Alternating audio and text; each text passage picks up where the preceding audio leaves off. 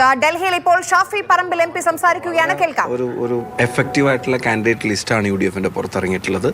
ജനങ്ങൾ ആഗ്രഹിക്കുന്ന മാറ്റം സാധ്യമാക്കാൻ ജനങ്ങൾക്കിടയിൽ നിന്ന് പോരാടാൻ കഴിയാവുന്ന ഒരു സ്ഥാനാർത്ഥി പട്ടികയുമായിട്ടാണ് കോൺഗ്രസ് ഇപ്പം പുറത്തിറങ്ങിയിട്ടുള്ളത്. ഇനി അടുത്ത പട്ടികയും അതുപോലെ എഫക്റ്റീവ് ആയിരിക്കും.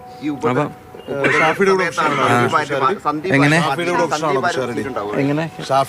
കേരളത്തിലെ കോൺഗ്രസ് പാർട്ടിയുടെ ഓപ്ഷനാണ്, KPCCയുടെ ഓപ്ഷനാണ്, പാലക്കാട്ടെ നേതൃത്വത്തിന്റെ ഒറ്റക്കെട്ടായിട്ടുള്ള ഓപ്ഷനാണ് രമേശ് പിഷാരടി. തിരികെ വരണമെങ്കിൽ പിഷാരടി ഒരു പാലമാണ് എന്നുള്ളതാണ്. അപ്പൊ ഇത് എന്നോട് നേരത്തെ ചോദിച്ചായിരുന്നു, അപ്പൊ അതിലൊന്നും ഓർമ്മയില്ലേ? അന്ന് പിന്നെ എനിക്ക് തിരിച്ചു വരാൻ വേണ്ടിയിട്ടാണ് അന്ന് പാലം എന്ന് പറഞ്ഞു. ഇപ്പൊ അവിടെ പിന്നെ സിറ്റിംഗ് MLA മത്സരിക്കാത്ത സാഹചര്യത്തിൽ പോലും ആ പാലത്തിൽ തിരികെ പോയിട്ട് മത്സരിക്കുകയല്ലേ ചെയ്തു. ഇതേ ചോദ്യം അന്ന് സ്ഥാനാർത്ഥി നിർണയിച്ചപ്പോഴും നടന്നായിരുന്നു. എനിക്കിപ്പോ ഒരു പാലം വടകരയിലേക്ക് ഇട്ട് തന്നിട്ടുണ്ടല്ലോ, ആ പാലത്തിലൂടെ യാത്രയാണ്.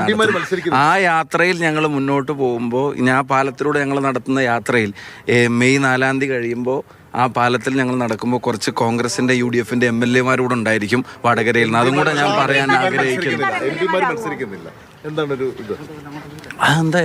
ഞാൻ ഇന്നലെ പറഞ്ഞല്ലോ, എല്ലാ MP-മാരും മത്സരിക്കുന്നു എന്ന് വാർത്ത കൊടുത്തു നിങ്ങളാണ്. ഇപ്പൊ നിങ്ങൾ തന്നെ എന്നോട് പറയുന്ന MP-മാർ മത്സരിക്കുന്നില്ല. സന്തോഷം.